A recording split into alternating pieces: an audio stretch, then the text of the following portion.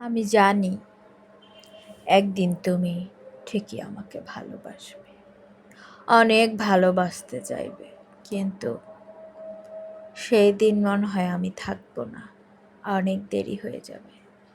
সেই দিন তুমি আর আমার সংস্পর্শে আসতে পারবে না, আমাকে অনেক খুঁজবে অনেকের ভিড়ে, কিন্তু আমার মতো কাউকে তুমি পাবে না, কারণ একজনের মতো আর একজন কখনো হয় না।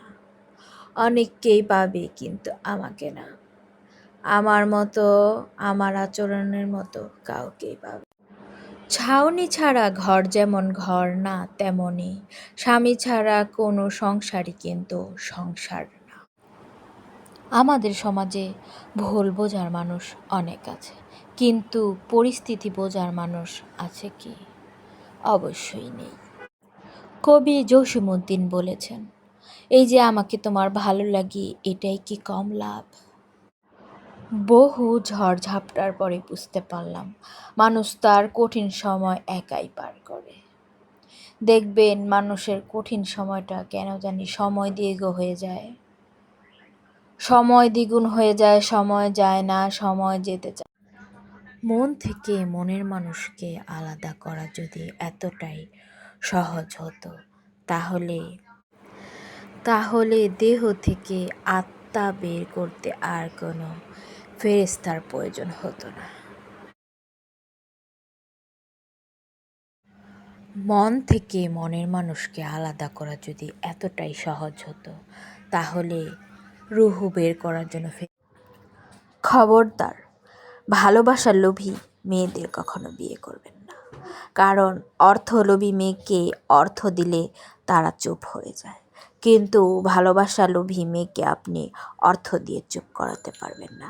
তাকে ভালোবাসা দিয়ে বুকে আগলে রাখতে হবে, তার কাঁধে কাঁধ মিলে চলতে হবে, তার হাতে হাত রেখে পথে ফুটপাতে হাঁটতে হবে, তার সাথে ম্যাচিং করা ড্রেস কিংবা শাড়ি পাঞ্জাবি পরে ঘুরতে যেতে হবে, দামি কোনো রেস্তোরাঁয় নয়। রাস্তার পাশে হাঁটলেও হবে, কোনো পার্কে নিয়ে গেলেও হবে, কিন্তু তাকে সব সময় ভালোবাসায় আগলে রাখতে হবে। তাকে টাকার থেকে ভালোবাসায় আগলে রাখতে হবে বেশি। কে বলেছে পুরুষ মেজাজ কন্ট্রোল করতে পারে না? মা, বাবা, ভাই, বোন সকলের সাথেই পুরুষ মেজাজ কন্ট্রোল করতে পারে, একমাত্র তার অর্ধাঙ্গিনী ছাড়া। অর্ধাঙ্গিনীর সাথে সে হাত তুলতেও দ্বিধাবোধ করে না, যতটা দ্বিধাবোধ করে তার ফ্যামিলির সাথে। তার মার সাথে রাগ করলে তার মা রাগ রাগ করবে, মনে কষ্ট পাবে, বাবা রাগ করবে, মনে কষ্ট পাবে, ভাই বোন তো রক্তের সম্পর্ক, রক্তের সম্পর্কর সাথে তো খারাপ কিছু করা যায় না, তারা কষ্ট পাবে। কিন্তু বউয়ের সাথে রাগ করলে সে কষ্ট পাবে না, তাকে মারধর আঘাত করলেও সে কষ্ট পাবে না, কারণ তাকে তো সে বিয়ে করেছে, তার তো তার সাথে থাকতেই হবে, তার বাচ্চা কাচ্চাকে প্রতিপালন করতেই হবে, তার সংসারের জন্য হলেও তাকে সংসারে থাকতেই হবে।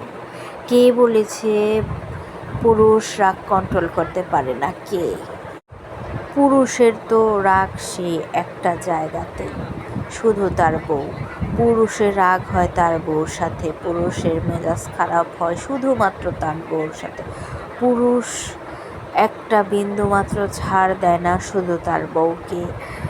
পুরুষ বিন্দুমাত্র ভাবে না তার বউয়ের কথা, পুরুষ বিন্দুমাত্র ভাবে না যে মেয়েটা কষ্ট পাবে। হ্যাঁ আপুরা ভাইয়ারা, ঋণ করছেন না তো? কারো ক্ষতি করে ঋণ করছেন না তো? কারো ক্ষতি করা কিন্তু এক প্রকারের ঋণ, যেটা সুদ আসলে কিন্তু ঠিকই জীবনে ফিরে আসে।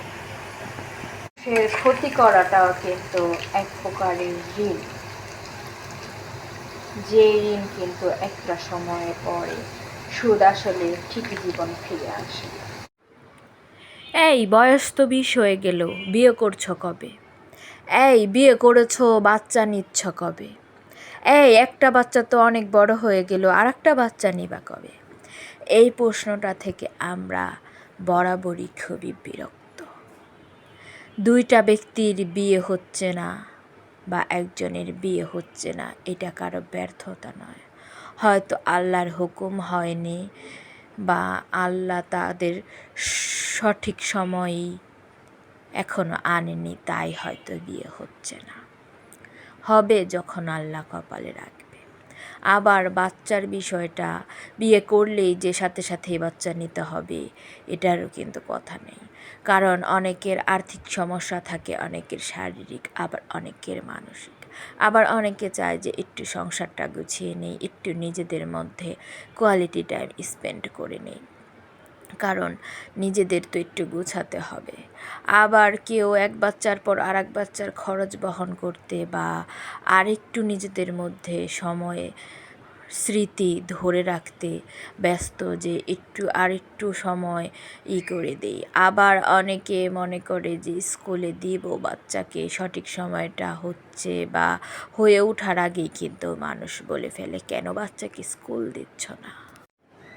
দেখবেন যার চোখে ঘুম আছে তার একটি ভালো বিছানা নেই, আর যার ভালো বিছানা আছে তার চোখে ঘুম নেই।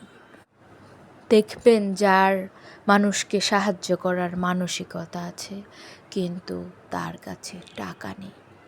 আবার যার কাছে টাকা আছে কিন্তু মানুষকে সাহায্য করার মতো মানসিকতা নেই।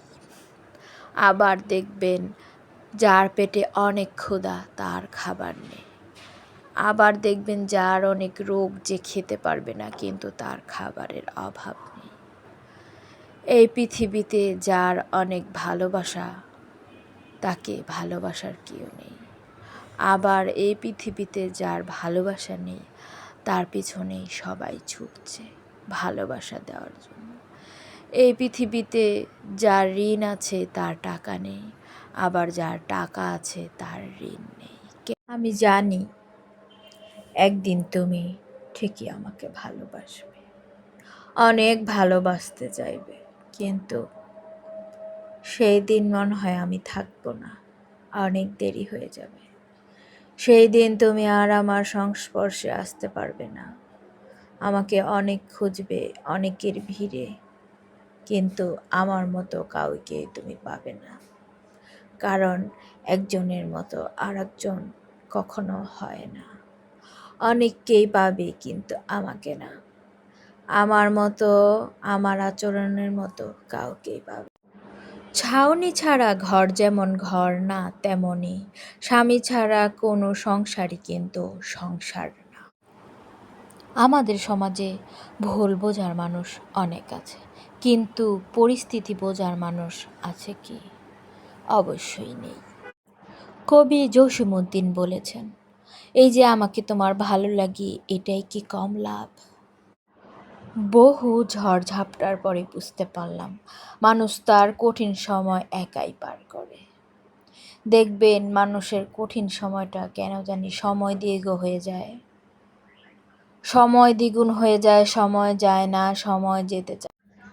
মন থেকে মনের মানুষকে আলাদা করা যদি এতটাই সহজ হতো, তাহলে দেহ থেকে আত্মা বের করতে আর কোনো ফেরেশতার প্রয়োজন হতো না। মন থেকে মনের মানুষকে আলাদা করা যদি এতটাই সহজ হতো, তাহলে রুহ বের করার জন্য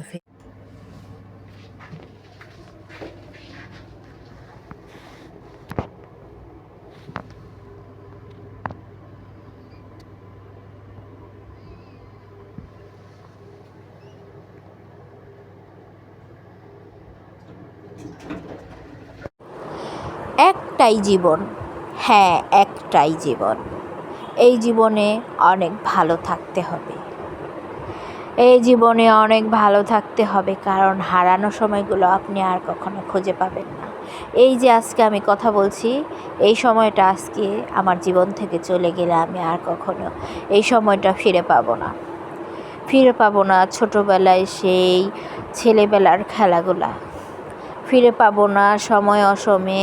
সময়ে নদীর পাড়ে পানিতে গোসল করার সেই শৈশবটা ফিরে পাবো না। চাইলেই সেই দাদার সাথে হাত ধরে বাজারে যাওয়া এবং বাজার থেকে হরেক রকমের মজা, চিপস, চকলেট কিনে আনা। চাইলেই ফিরে পাবো না। আব্বুর সাথে বাজারে যেতাম, এটা কিনবো ওইটা কিনবো, আব্বুর কাছে আবদার করতাম, আর আব্বু কোনো কারণ ছাড়াই আমাকে জিনিসগুলো কিনে দিত।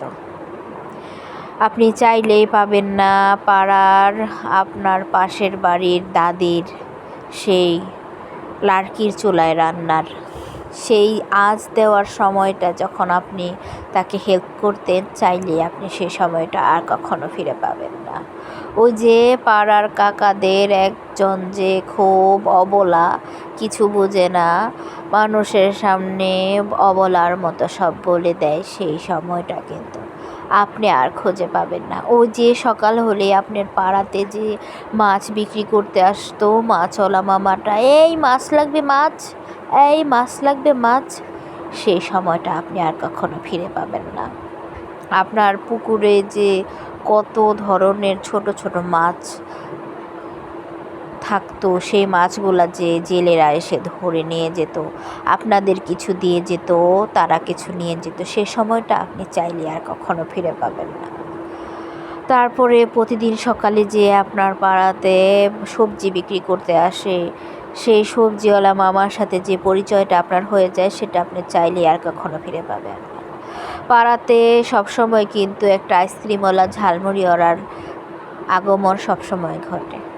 তেমনই আমার সাথে কিন্তু এক আইসক্রিমওয়ালার খুব আগমন হতো, আর সে আমার জন্য ওয়েট করতো, কারণ আমি কিন্তু প্রতিদিনের কাস্টমার ছিলাম। প্রতিদিন আমার পোলার কোম্পানির চকবার আইসক্রিম লাগবেই।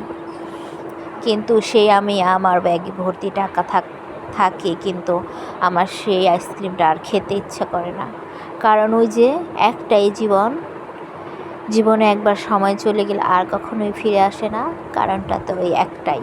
তাই একটাই জীবন ভাই, একটাই জীবন। এই জীবনে ভালো থাকতে শিখুন, ভালো রাখুন নিজেকে, কারণ আপনাকে ভালো রাখার দায়িত্ব কিন্তু অন্য কেউ নিলেও পুরো অংশে নেবে না। আপনার নিজেকেই নিজের ভালো থাকতে হবে, কারণ ওই যে একটাই জীবন। আপনি চাইলেই কিন্তু এখন নদীতে ঝাপ্পুস করে নেমে সাঁত দিয়ে গোসল করতে পারবেন না, কারণ আপনার সেই মানসিকতা, আপনার সেই বয়স, আপনার সেই শৈশবটাই যে আর নেই। কারণ একটাই যে জীবন, জীবন একটাই। এই জীবনেই কিন্তু আমাদের ভালো থাকতে হবে, ভালো রাখতে হবে আমাদের আশেপাশের সকল বন্ধু বান্ধব, আত্মীয় স্বজন, পাড়া প্রতিবেশীকে। নিজের ভালো লাগা কে দেখতে যে আবার কারো ক্ষতি করা যে যাবেই না, কারণ কারো ক্ষতি করলে আপনি কিন্তু ঋণ করে